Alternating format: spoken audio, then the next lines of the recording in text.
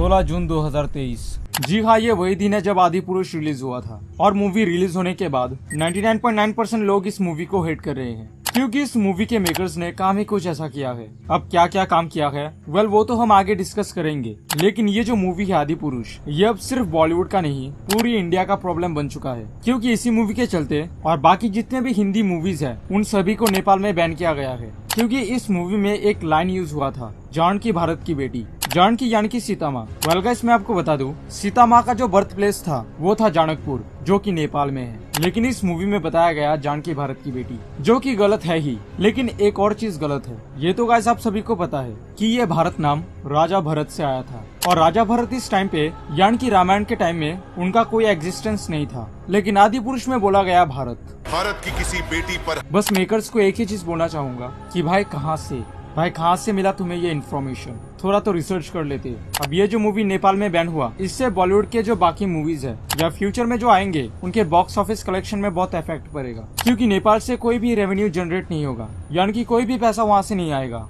ये सब तो आदिपुरुष के नेगेटिव इफेक्ट है ही, लेकिन अब सवाल आता है क्या आदिपुरुष को फिर से रीमेक किया जाएगा? ये सब डिस्कस करेंगे, लेकिन शुरू करते हैं पहले से।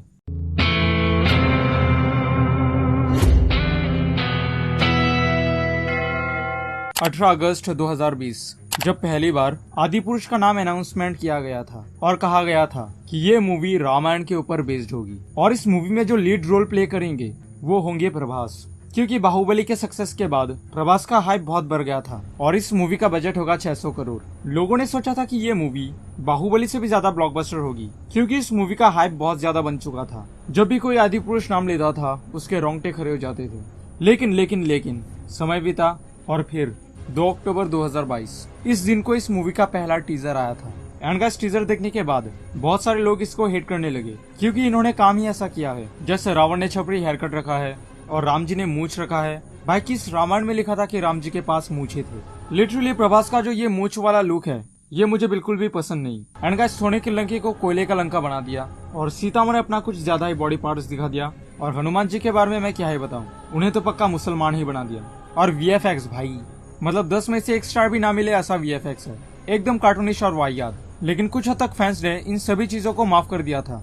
ये सब तो चलो ओके है, लेकिन कहानी तो अच्छा ही होगा क्योंकि ऑब्वियसली ये रामायण है और रामायण की कहानी किससे पसंद नहीं। रामायण लोगों ने सुनी है, पढ़ी है, देखी है, एग्जैक्टली वही रामायण है, कुछ भी अलग नहीं है। लेकिन जब ये मूवी रिलीज हुआ, मजाक बना दिया यार, मूवी को खिलवाड़ कर दिया पूरी मूवी को। आप समझिए क्या भगवान राम हमारे ऐसे थे? आप हमको बताइए, उसके बाद देखिए, आप हमको बताइए भगवान ये थे हमारे कि वो जंगल में जाके सीता जी के साथ डांस करते थे। मतलब क्या ही बना दिया यार, स्टोरी की तो बिल्कुल माँ बहन कर दी। लिटरली पब्लिक को ये चीज बिल्कुल भी पसंद नहीं आई। और गाइस, जब मूवी रिलीज हुआ, हनुमान जी ने चमड़े के वस्त्र पहना है और राम जी ने चमड़े के सैंडल पहना है। वेल गाइस, मैं आपको बता दूं, राम जी, हनुमान जी और शिव जी, आई रिपीट, राम जी, हनुमान जी और शिव जी, ये तीनों ही पशु पक्षियों को बहुत प्यार करते थे क्योंकि पशु पक्षी भी एक रीजन है जिसकी वजह से आज हम जिंदा हैं। और भगवान पशु पक्षी से बने हुए चीजों को कभी नहीं पहनेंगे। इसलिए तो सोमवार के दिन जब आप महादेव को पूजा देते हो तब आप मांस या मछली नहीं खा सकते क्योंकि ये महादेव को पसंद नहीं। और यहाँ पर दिखाया गया है कि राम जी ने सैंडल पहना है। वेल गाइस, मैं आपको बता दूं, राम जी ने अपना चरण पादुका भरत को दे दिया था और तब वो पूरे रामायण नंगे पैरों ही थे। आदिपुरुष के मेकर्स को इस चीज का ध्यान रखना चाहिए था। पता है गाइज, आदिपुरुष के मेकर से सबसे बड़ी गलती कहाँ हुई, मतलब मेन गलती जिसकी वजह से ये सारा मिस्टेक हुआ। अरे भाई, तुम्हारे पास पूरी स्टोरी पड़ी है और किसी से परमिशन लेने की भी जरूरत नहीं है कि क्या हम आपके स्टोरी पे मूवी बनाएं। ऑलरेडी स्टोरी था, तुम्हें बस अच्छे से शूट करके प्रेजेंटेशन करना था और रिलीज करना था। लेकिन नहीं, इन्होंने प्रेजेंटेशन इतना वाहियात करा और ड्रेसिंग का भी कोई भी सेंस नहीं है। रावण सोने से इतना प्यार करता था कि वो हमेशा सोने का मुकुट और वो सोने के चेन या फिर माला जो भी वो सब पहना करते थे, लेकिन यहाँ पर तो रावण ने कोई भी सोने का चीज नहीं पहना है।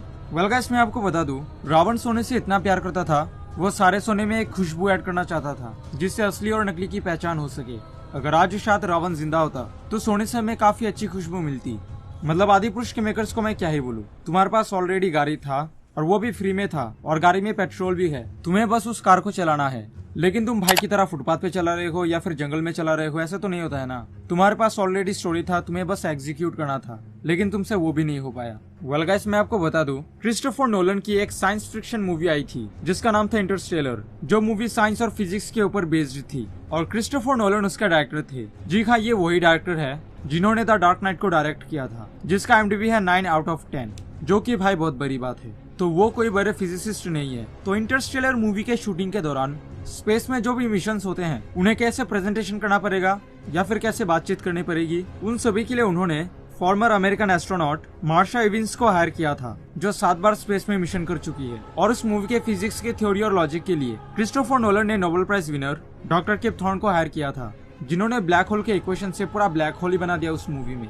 और वहाँ पर जो भी फिजिक्स के फॉर्मूला थे उन सभी को इन्होंने दिया था और इन सभी की वजह से वो मूवी बहुत बड़ी ब्लॉकबस्टर हुई थी। तो आदिपुरुष के मेकर्स से यही सबसे बड़ी गलती हुई कि इन्होंने प्रॉपर इंसान को हायर नहीं किया। वो कोई साधु या फिर बाबा को हायर कर सकते थे जिन्हें रामायण का कंप्लीट नॉलेज हो। अगर वो ऐसा करते ना तो वो शूटिंग के दौरान बोल देते कि ये चीज गलत है और हमें ऐसा प्रेजेंटेशन नहीं करना चाहिए, लेकिन नहीं, इनको तो मनोज जी चाहिए। और मनोज जी के कारण आज इनको जो स्वाद मिला वो ये कभी नहीं भूलेंगे। बजरंगबली भगवान नहीं है, भक्त हैं। हमने उनको भगवान बनाया बाद में क्योंकि उनकी भक्ति में वो पावर था। वेल गाइस, मैं आपको बता दूं, हनुमान जी शिव जी के अवतार हैं।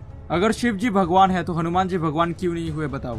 हाँ, मानता हूँ कि हनुमान जी राम जी के भक्त थे, लेकिन ऐसा कहाँ लिखा है कि एक भगवान दूसरे भगवान का भक्त नहीं हो सकता। एंड गाइस, इस मूवी में मेघनाथ को यानी कि इंद्रजीत को फ्लैश बना दिया। मतलब गाइस, आप खुद ही बताओ, जब वाल्मीकि रामायण लिख रहे थे तब क्या उन्होंने जस्टिस लीग देखा था और तब उनको फ्लैश की पावर बहुत पसंद आई और उन्होंने रामायण में लिख दिया कि मेघनाथ के पास फ्लैश की पावर होंगी। और इसी चीज को आदिपुरुष वालों ने दिखाया।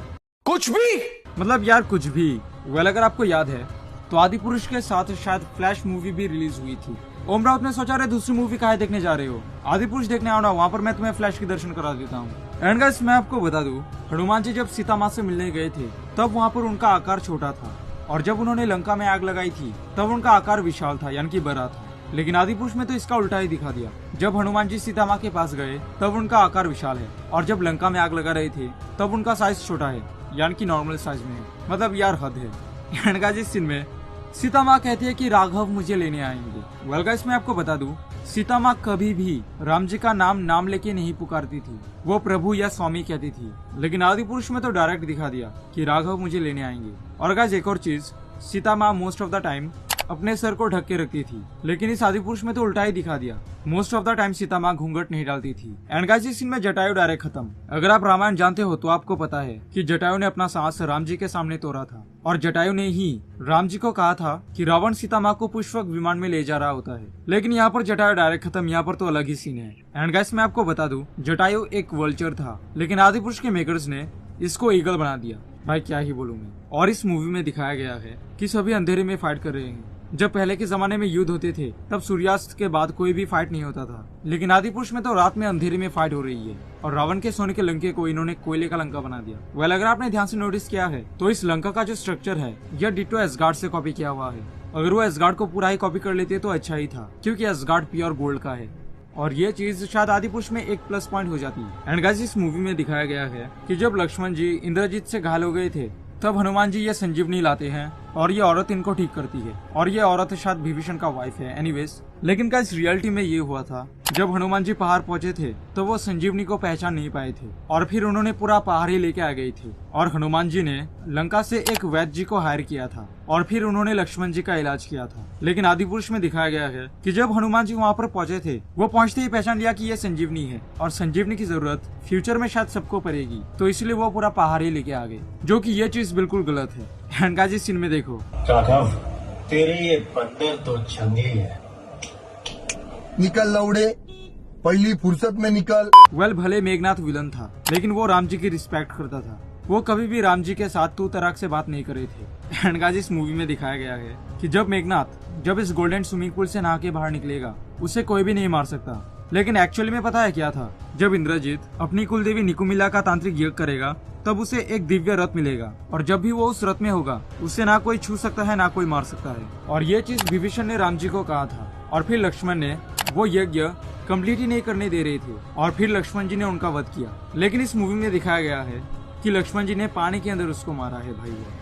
एंड गाइस, यहाँ पर रावण हंसते हंसते मर गया, लेकिन एक्चुअली में पता है क्या हुआ था, राम जी ने रावण के नाभि पे वार किया था क्योंकि रावण के नाभि पे उसके पावर का मेन सोर्स था, जिसके बारे में विभीषण ने उनको कहा था। और जब रावण मर रहा था उसने लक्ष्मण जी को बहुत सारे ज्ञान की बातें बताई थी और रावण मरते मरते श्री राम कह के मरा था, क्योंकि रावण ने जब विष्णु जी से वरदान मांगा था तो ब्रह्मा जी ने कहा देखो जो मैं खुद नहीं हूं मैं दे नहीं पाऊंगा, तो इसलिए इसके अलावा कुछ और मांग लो। तो उन्होंने कहा ठीक है। तो देवता, किन्नर, राक्षस, गंधर्व और नाग इत्यादि इन सबसे मेरी मृत्यु ना हो, तथास्तु। तब उसने मनुष्य को इंक्लूड नहीं किया था, क्योंकि रावण के लिए मनुष्य चींटी के समान है, क्योंकि वो बहुत ही ज्यादा पावरफुल है। और इस अहंकार ने रावण को ले डूबा, क्योंकि मनुष्य जिसे वो चींटी के समान मानता था, एट द एंड उसने उसको मारा। इसलिए उसके दिल में राम जी के लिए इज्जत बढ़ गई थी और वो श्री राम कह के मरा था। अगर आपको इन्फिनिटी वॉर याद है, तब आयरन मैन सिर्फ एक इंसान था और थैनोस पूरे यूनिवर्स का पावरफुल बीइंग था, लेकिन टोनी स्टार्क एक मनुष्य होके थैनोस का खून निकाल दिया था। एक बूंद खून के लिए इतना नाटक, जो उस टाइम पे कोई भी नहीं कर पाया था। और इस चीज के लिए थैनोस के दिल में टोनी स्टार्क के लिए इज्जत बहुत बढ़ गई थी और इसलिए उसने ये कहा था, you have my respect Stark. And guys, मैं आपको बता दूं, राम जी सबरी माता के पास, लेकिन आदि पुरुष में क्या दिखाया, सबरी माता खुद चल के राम जी के पास आती है।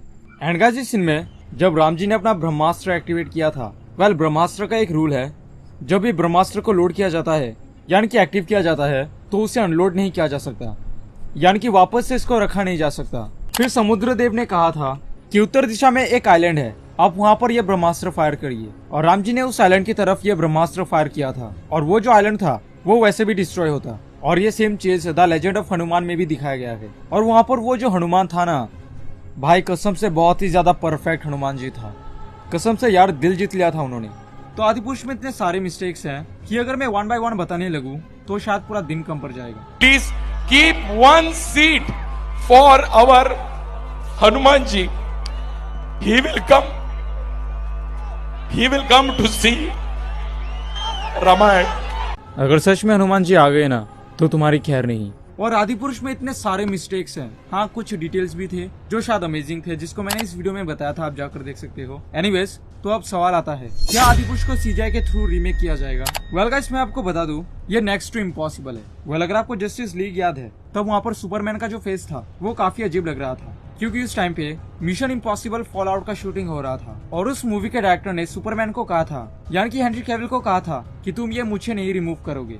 जिससे जब जस्टिस लीग का शूटिंग चल रहा था तब सुपरमैन का मूछ भी था और फिर सीजीआई के थ्रू उस मूछ को रिमूव किया गया था, जिससे कि उसका फेस कुछ जगह काफी ब्लरी हो जाता है या फिर काफी अजीब हो जाता है। तो गाइस, आप खुद ही देखो, जब हॉलीवुड वाले ये नहीं कर पाए तो बॉलीवुड वाले क्या ही करेंगे। हाँ, कुछ चीजें सुधार सकते हैं, जैसे कि ये जो वाहियात डायलॉग है, कपड़ा तेरे बाप का, कि तेल तेरे बाप का, नमक तेरे बाप का, नमक।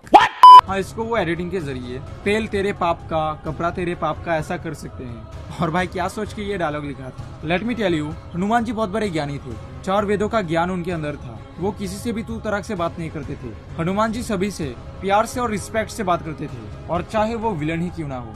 लेकिन भाई यहाँ पर तो हनुमान जी क्या ही बोल रहे हैं। और गाइस, हॉलीवुड वालों को कम मत समझना, ठीक है? अगर आपने एक्सट्रैक्शन 2 मूवी का ये सीन देख लिया तो तुम पूरे दिन यही सोचते रह जाओगे कि साला ये सीन शूटिंग किया तो किया कैसे, मतलब एक भी कैमरा कट नहीं है और कैमरा कैसे यहाँ से वहाँ चला गया, भाई literally don't know.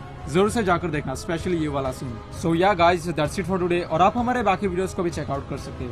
And if you are new here then do subscribe and smash that bell icon so that you will never miss any updates and videos from our YouTube channel. तो guys, मैं मिलता हूँ next video में। Till then good bye, stay tuned, tata मेरी जान, जय हिंद।